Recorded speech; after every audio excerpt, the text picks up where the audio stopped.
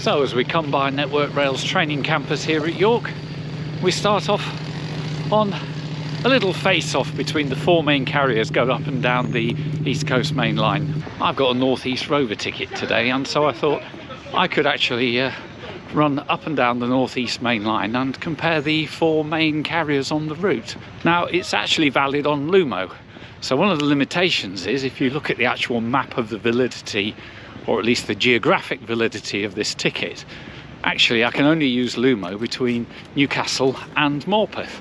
So the day's plan is sort of fixed around that, to make sure that I can do a couple of short hops on Lumo to give it a fair go, and then we'll also pick up TransPennine, CrossCountry and LNER. In fact, I have one positioning move on Northern as well, so we're getting 5. Hopefully it will work. Of course, that's all down on how well the main line's running up and down the northeast today. So I'm on my way around the corner now in the back door of York Station, and yeah, maybe get a cup of tea, have a little wander about, but really, yeah, looking for the 10:07 northbound to Darlington. So that's where it's going to start, hopefully. I'll see you in a bit. This western entrance is dead handy for locals, and it's also the way you'd exit the station for the National Railway Museum. I've got about 20 minutes here, as I do like to be early for things. So let's just enjoy some views of York's lovely station. And here's TPE's Pride train. And meanwhile, LNER have named their train after an advertising puppet.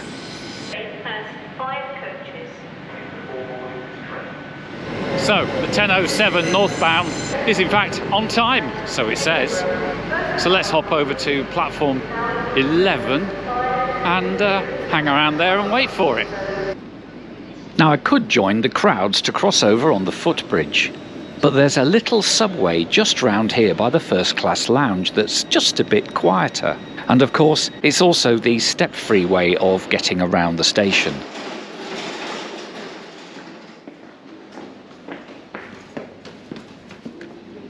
And here's the 10:07 TPE, running maybe 5 minutes late. And I just love their Mondrian livery, of which more later. Well, we're going to have to suffer the dreadful Fainsa Sophia standard class seats that are so prevalent on Hitachi 800 series trains. But at least the hues of blue and the wood effect tables maybe help just a bit. Drop-down tables have extenders for laptops, grooves for tablets and also cup holders, and there is a reasonable amount of legroom. The cleanliness is great, although I have known this pale blue moquette to stain quite easily.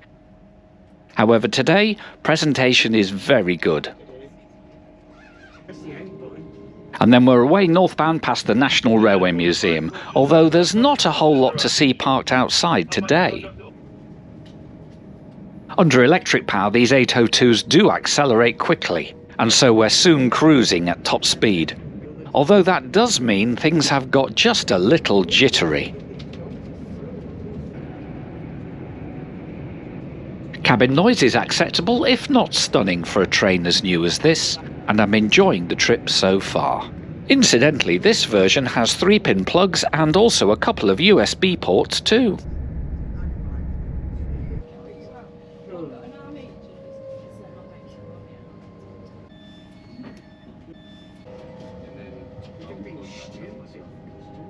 Some people really hate these TPE carpets, but I'm fine with it. Also, the geometric design may well hide the dirt a bit better. Anyway, that was a quick hop to Darlington, and so that was TPE. And as we get off, there's another chance to enjoy TPE's excellent Mondrian design. I use the term Mondrian because the style of blocks of colour with black borders reflects the work of Dutch artist Pieter Mondrian. Well, I was just about to say what a great ride that was with TransPennine Express, but the train's actually been sat there for about 5 minutes. I think they're having trouble getting the doors to close.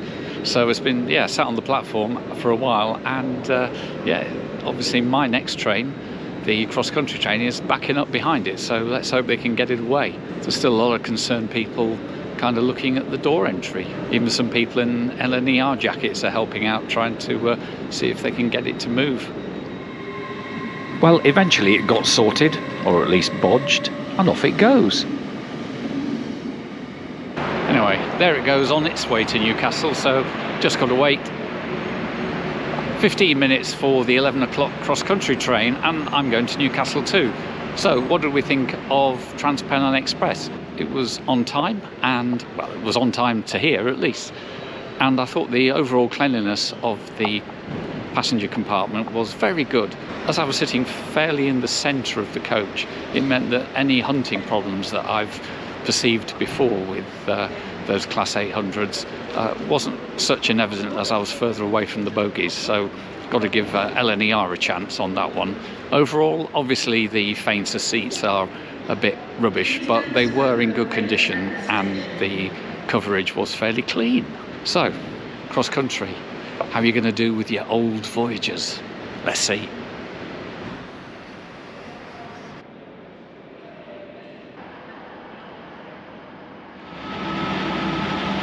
We get a little treat as a flotilla of Freightliner 66s decides to push on through ahead of our Voyager.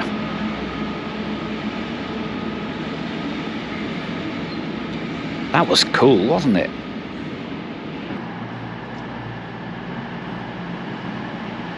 Here's our cross-country train, and it's a pair of Class 220 Voyagers. I'm pleased to see them doubling up a lot more now that the Avanti 221s have been cascaded to cross-country. The length of these trains has been a serious problem.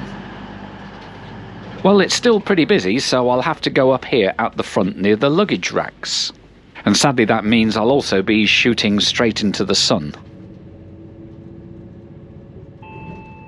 When I sit down, the first impressions are, well, grim. We've got a chipped table, though there is a working 3-pin plug to share. Also, legroom is great in this more accessible seat, but over the way there, legroom is very poor. And up above, the Voyager overhead racks are, as ever, tiny. Still, the old seats are holding up well, and they are a lot nicer than the 800 series ones we just left. But boy, this is dirty. I mean really dirty. And it's even on the window surrounds. You know, this is supposed to be a long-distance intercity train. It's not an inner-city metro. And under diesel power, it takes a bit longer than an 800 to get up to speed. But when it does, it's definitely smoother than those 800 series Hitachis. Durham Cathedral looks fantastic silhouetted by the sun. But Durham will also bring some bad news for our little corner of the train.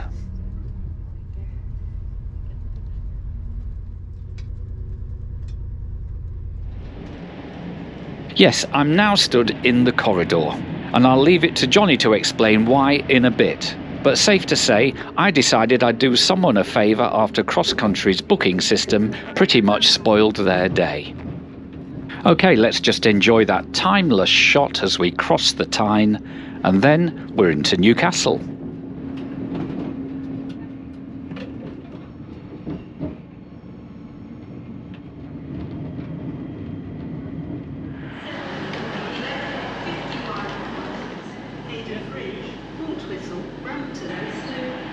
And away goes the Voyager, grinding its way up north, with both the units counting down the days before they finally get refurbished and maybe cleaned.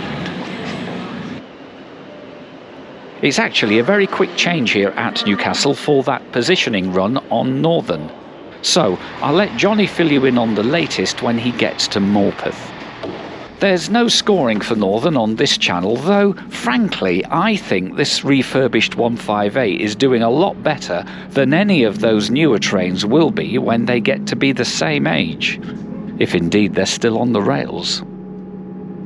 The 158 is now fitted with the classic ironing board seat, but you know, they still have better lumbar support than those dreadful Fainter Sophias on the 800s.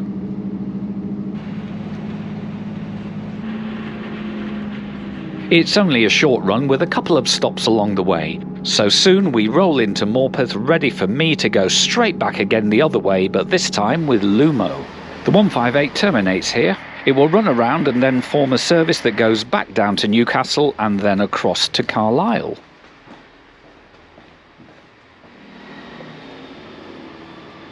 So here we are at Morpeth, but for now let's talk about cross-country. I suppose we all know what Voyagers are like, and the seats were still holding up fairly well. but just because it needs a refurbishment, isn't it just a bit better if you maybe just try to keep things clean? The grime on the back of those seats was awful.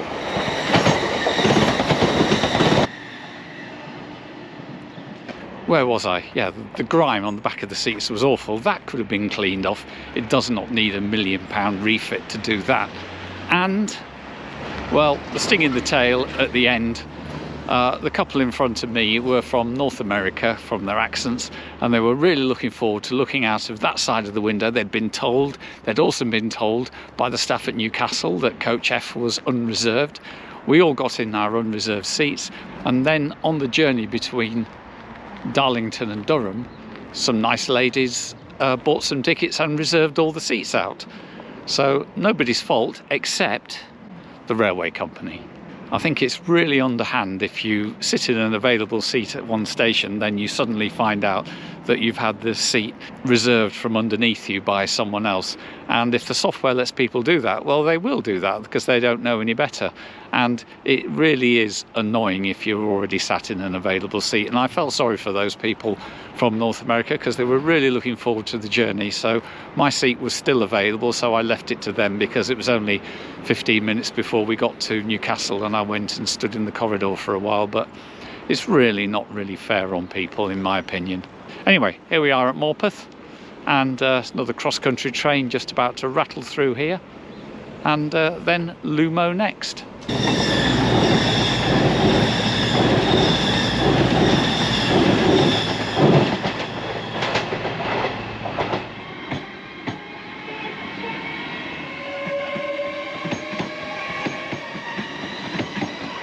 I did get a chance to peruse this lovely old Northeastern Railway map, and I was planning to have a closer look at Morpeth when I returned again on the second leg of the Lumo experience. And here's our Lumo.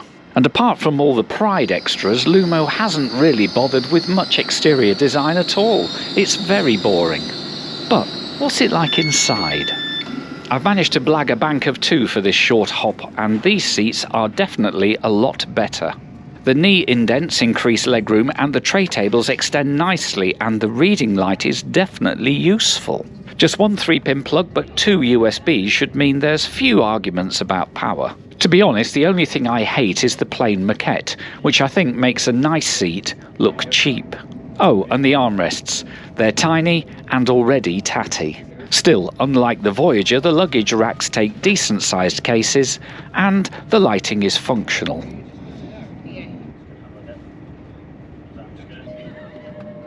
And that's it, we're back in Newcastle already.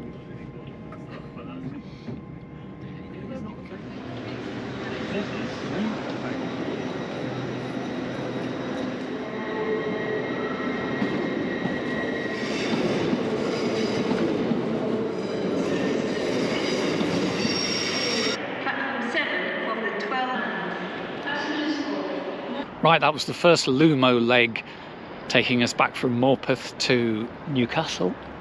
And the idea was that I was going to have about an hour here at Newcastle before I went back up with Lumo. But Lumo's now running half an hour late, although I do have some crossover time at Morpeth, so no reason to give up on them. So yeah, we're just waiting here at platform 3 for the delayed Lumo to take us all back to Morpeth.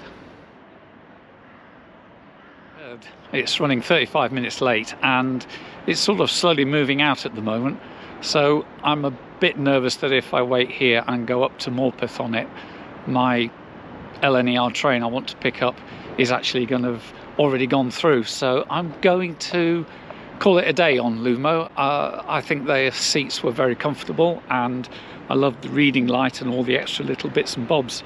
So I think we got a feel anyway of the quality of the Lumo service, and I think the only complaint you can have is that the train is packed full of people, and you can't complain about that, can you? Any train fan loves to see trains busy. Obviously it's a pain in the neck when you're trying to record things as a travel YouTuber, but in all seriousness, I think we all love to see trains busy, and it's great to see that Lumo's attracting the crowds and doing its thing. I think one of the problems with Lumo is, though, that when it is delayed, or even worse, when it's cancelled, they have not very good reciprocal arrangements, especially with LNER doesn't have any. So you could be in real trouble if you book Lumo and then it gets cancelled. So I'm going to take the 1426 southbound back to York, where I'm going to meet my daughter for dinner, which is another reason why I didn't want to get stuck in Morpeth and be a little bit later than I planned. 1426 for the last carrier, it's LNER south to York.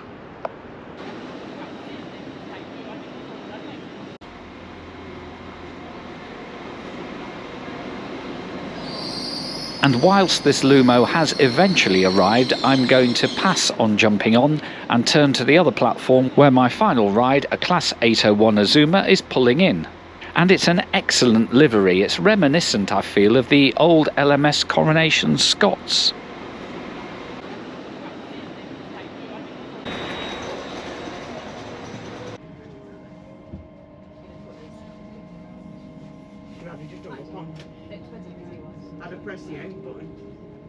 And we need no excuses to enjoy that view along the Tyne one more time. Inside, it's the same old 800 series seating. It's pretty much the same as the TPE 802, although this one has no USB charge ports. The red moquette is very bright, but at least it's softened by the horizontal striping. And legroom is good. Mind you, window alignment is not great in this seat. Oh, incidentally, although Lumo claims to be part of the rover ticket I have, I noted at Newcastle that the train was marked on the boards as reservations only. So I suspect I should have really gone through the rigmarole of trying to book a seat with them on the 2 trains I was trying to use.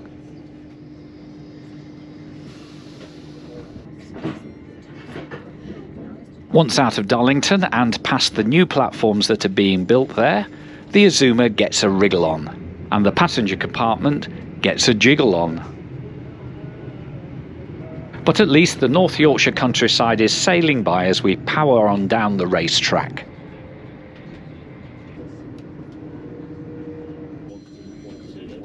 And then we're back in York with all 4 competitors in the books.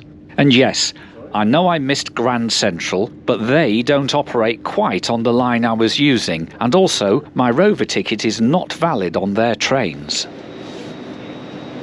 And it turns out that our train south was LNER, the smiley puppet train that we saw leaving York this morning for Edinburgh. So let's put the camera down here and watch our Azuma head out for London, now about 10 minutes late.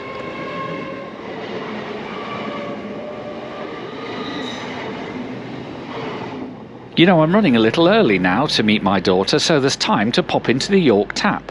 You know, just to collect my thoughts, you understand. The pub has a wide and excellent selection of beers, and is a charming restoration of the old refreshment rooms. And also what you could call the beer garden has a great view for rail fans. Right, I suppose I'd better get off and let Johnny give some final thoughts. So that's the end of it. Back at York, walking back past the National Rail Training Centre. So who won? I'm not sure it was anything other than a score draw, really. I suppose you have to take the bits out of it that are most important to you. If you want the most comfortable seats, definitely Lumo. If you want the nicest interior, tricky one that. I would say if you like blue, then it's TransPennine, and if you like red, it's LNER. If you don't like the bright lighting, then maybe you need to stick on the Voyagers.